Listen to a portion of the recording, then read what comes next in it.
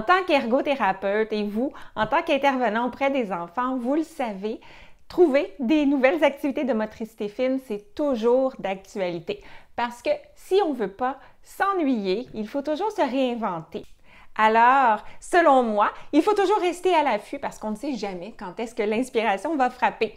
Et justement, ce week-end, ça m'est arrivé. Alors que je magasinais pour mes décorations d'Halloween, j'ai vu un sac d'Halloween et je me suis dit, bien, il est donc bien beau ce sac.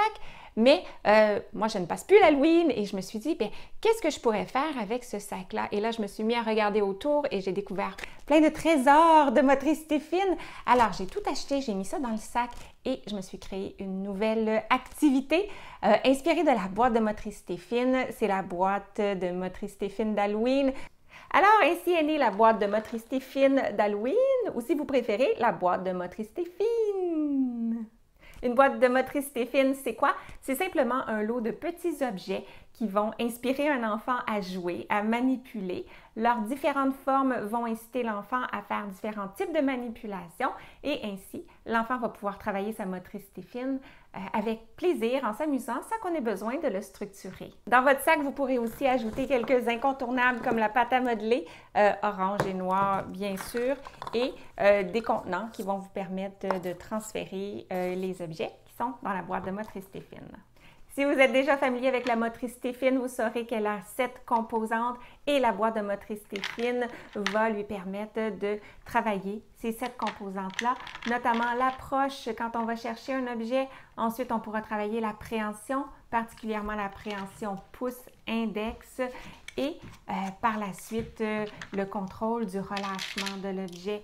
Si on travaille avec 2 mains, on va travailler la coordination et l'intégration des fonctions des 2 mains.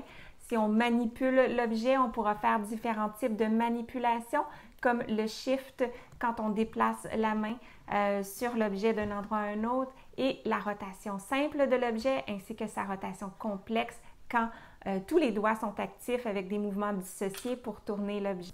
Enfin, vous pouvez également ajouter des outils. Moi, j'ai ajouté des pinces dans la mienne, mais un petit crayon, des petits ciseaux, une petite cuillère pourront vous permettre d'autant plus de travailler la motricité fine.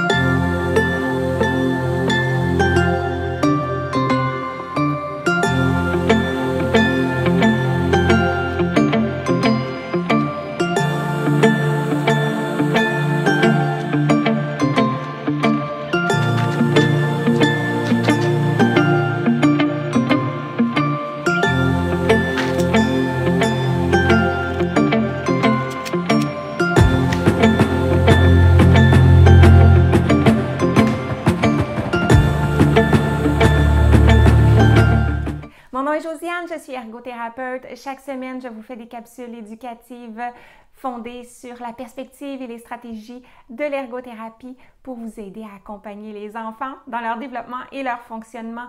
Si vous aimeriez découvrir davantage de ressources, pas de problème. Sur mon site web en tout temps, il y a différentes ressources que vous pouvez télécharger, également des formations en ligne et à distance pour vous aider à combler vos besoins en formation continue. Bonne semaine!